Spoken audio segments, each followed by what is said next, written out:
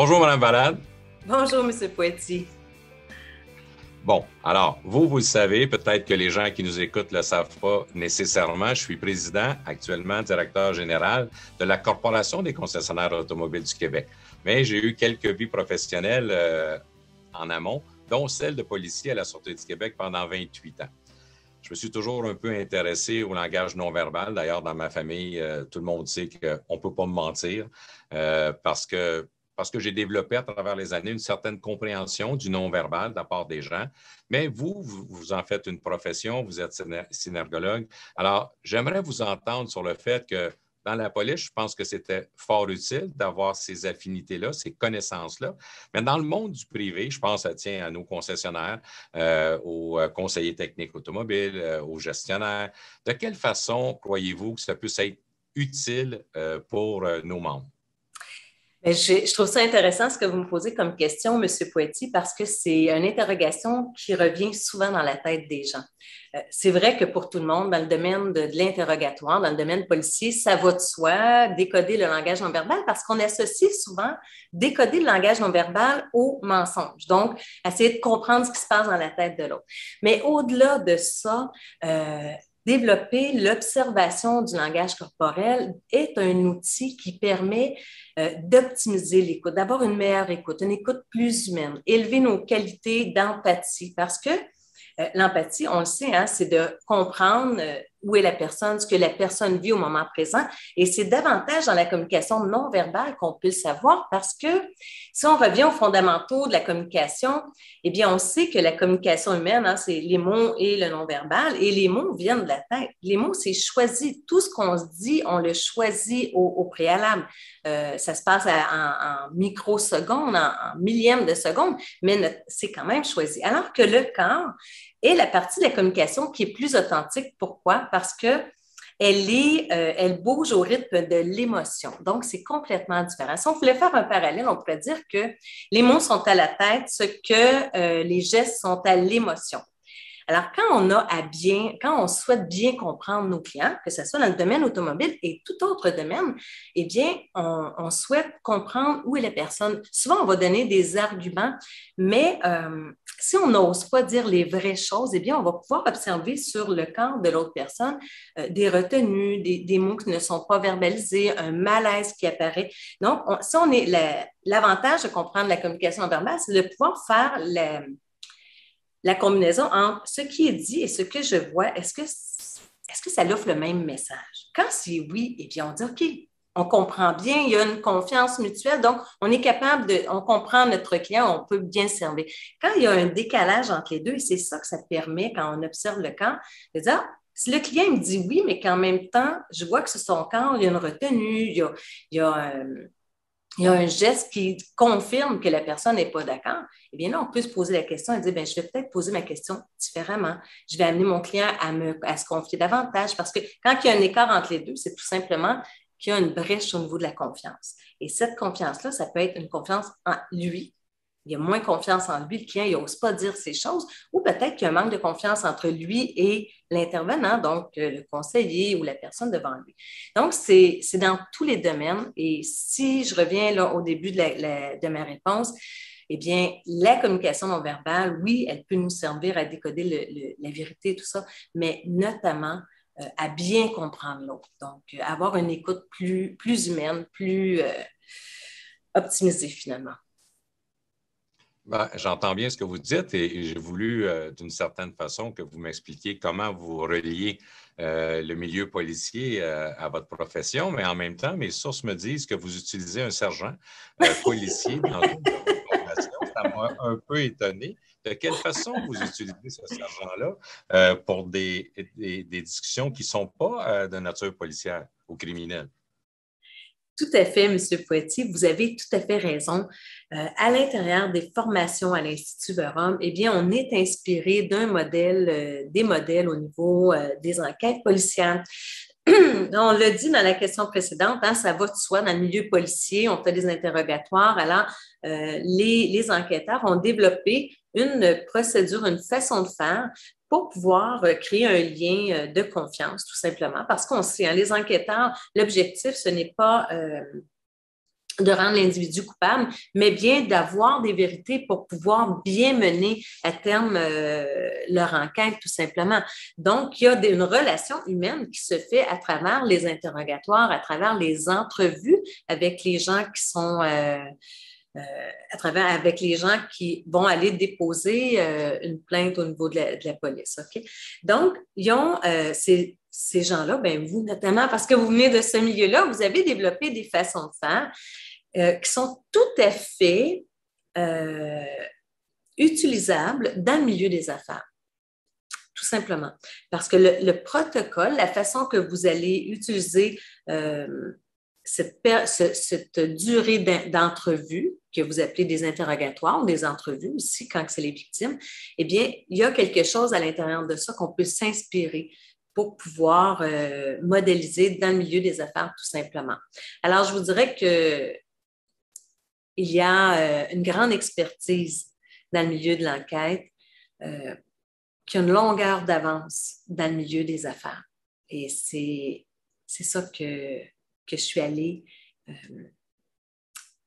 allée chercher pour l'offrir dans un contexte différent, mais avec un lien commun tous les deux, la recherche du lien de confiance, tout simplement. D'accord. Alors, j'ai aussi une sous-question à ce moment-ci parce que je vous ai expliqué que j'ai eu quelques vies professionnelles antérieures. Je suis à ma 3e retraite que je rappellerai active, mais on fait quand même un peu, on ne peut pas sortir le policier du gars complètement. Donc, comment se fait-il qu'une femme qui était dans le milieu des affaires, en fait, qui était dans le milieu bancaire, tout d'un coup s'intéresse à la synergologie? Puis quel est votre type de formation dans ce domaine-là? Mais pourquoi vos valeurs professionnelles bancaires ont subitement changé dans l'analyse, évidemment, des gestes et cette forme de science ou connaissance-là qui est la synergologie? Oui, je vous dirais que vu de l'extérieur, on peut avoir l'impression que ces deux mondes, donc mon ancienne vie et la vie que je fais aujourd'hui, professionnelle, je parle bien, sont différentes. Et pourtant, pour moi, c'est simplement une suite logique. Donc, j'ai travaillé durant 25 ans dans les milieux de l'institution financière et notamment les 8 dernières années en accompagnement institutionnel où j'accompagnais je vous dirais, entre 15 à 17 institutions financières en même temps. Et le but était de les accompagner à atteindre leur objectif. Donc, atteindre un objectif dans le milieu financier, eh bien, c'est de développer des relations d'affaires gagnantes et des relations durables. Hein, on s'entend, on veut, les institutions financières, ce qu'ils souhaitent, c'est de développer des relations à long terme avec leur clientèle, faire en sorte que cette zone de confiance soit établie pour perdurer dans le temps. Alors, on enseignait des formations pour des bonnes pratiques, bien connaître ses produits, répondre adéquatement à des argumentaires, faire des analyses, etc., bien se présenter, avoir un sens politique. Donc, c'est des types de formations qu'on voit couramment dans le milieu des affaires. Durant les dernières années où je travaillais dans ce milieu-là, eh bien, moi, je me suis familiarisée avec des approches plus différentes, je vous dirais. Donc, notamment, j'ai fait une formation complète pour être enseignante en programmation neurolinguistique. Donc, pour bien comprendre différents programmes qu'on établit parfois à notre insu, donc comment les programmer, comment les défaire. J'ai aussi suivi une formation de 3 ans en synergologie pour bien comprendre le langage humain. Je me suis aussi spécialisée au niveau de la technologie des préférences cérébrales. Donc, tous ces outils-là, qui étaient des outils, je vous dirais, de relations humaines, eh bien, je les intégrais à l'intérieur de l'accompagnement que je faisais avec les équipes. Et je me suis aperçue qu'il y avait ça faisait une grande différence, je vous dirais. Mais plus le temps passait, plus je réalisais qu'il y avait un manque au niveau de l'industrie, je m'excuse, au niveau de l'industrie des formations corporatives. Et c'était de prendre conscience que le langage corporel était un outil vieux comme la Terre. Hein? La communication verbale, c'est la plus vieille communication humaine. Et pourtant, elle n'est pas enseignée. Et pourtant, c'est la partie de la communication qui est la plus authentique. Et ça, c'est devenu tellement omniprésent dans ma tête. Et j'étais ébahie de voir que, mais pourquoi on ne l'enseigne pas? Je ne comprends pas qu'on enseigne des choses très, très spécifiques au niveau technologique pour aider les gens à avoir des bonnes communications. Les gens vont apprendre jusqu'à 4, 5, 6 langues pour pouvoir bien communiquer avec les gens et pourtant, on n'enseigne pas dans le milieu corporatif le langage corporel. Et ça, c'est devenu, à un moment donné, comme, j'ai envie de dire, presque insupportable parce que je me disais, mais pourquoi?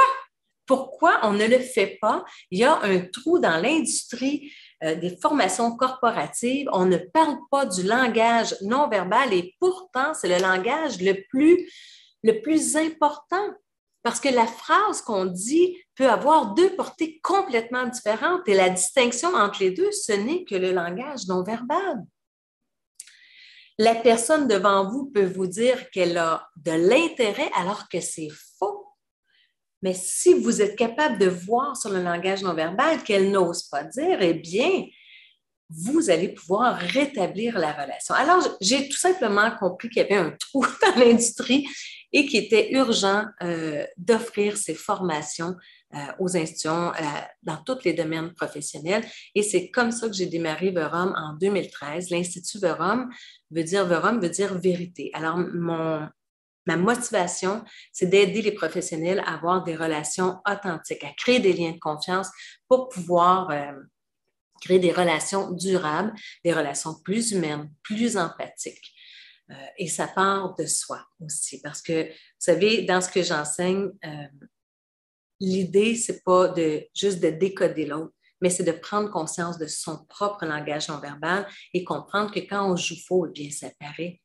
Donc, ça amène forcément les gens à développer eux-mêmes plus d'authenticité. Et quand on sait que la communication, elle est bidirectionnelle, elle est dans les deux sens, eh bien, si moi, je suis authentique, je vais inspirer l'authenticité chez l'autre et vice-versa. OK? Donc, c'est une sphère qu'on est capable d'établir concrètement avec des méthodologies vraiment établi. Donc, il y a des protocoles, une méthodologie à l'Institut Verum qu'on propose à l'intérieur de nos formations qui permettent d'utiliser la communication non verbale comme un outil, mais pas comme une fin en soi. C'est complètement différent. OK? On ne décrypte pas les gens pour dire « Ah, maintenant, je sais ce qu'ils pensent ». C'est pas ça du tout. C'est qu'on observe l'autre pour mieux le comprendre, mieux le servir, créer des relations durables et humaines. Donc, mais pour moi, c'était une suite logique. Après avoir accompagné autant de professionnels durant un grand nombre d'années, eh bien, j'avais envie de me dédier à 100% juste à la communication humaine. Ne plus parler produits, ne plus parler des autres aspects professionnels, mais me dédier 100% à cette communication qui, encore une fois, je le répète, n'est pas suffisamment enseignée dans le milieu des affaires. Et trop souvent, mal vu. Peut-être moins aujourd'hui, mais si on recule il y a une dizaine d'années, encore on croyait que décrypter le langage non verbal, eh bien, c'était lire dans la tête des gens, essayer de savoir des choses à leur insu, alors que c'est pas ça du tout. C'est tout simplement mieux comprendre. Bien, écoutez, je vous remercie. Je ne sais plus exactement comment me placer pour que vous interprétiez que j'ai apprécié cette discussion-là, que je pense que d'un côté policier où à l'époque, il n'y avait certes pas de formation en synergologie, mais on savait et on l'a constaté à travers différents dossiers, certains plus difficiles que d'autres, que le non-verbal est un élément important. Donc, merci de cet éclairage nouveau sur une façon différente d'apprendre une autre langue, c'est-à-dire celle du corps. Merci beaucoup, Mme Valade, ça m'a fait plaisir. Merci, M. Poitier.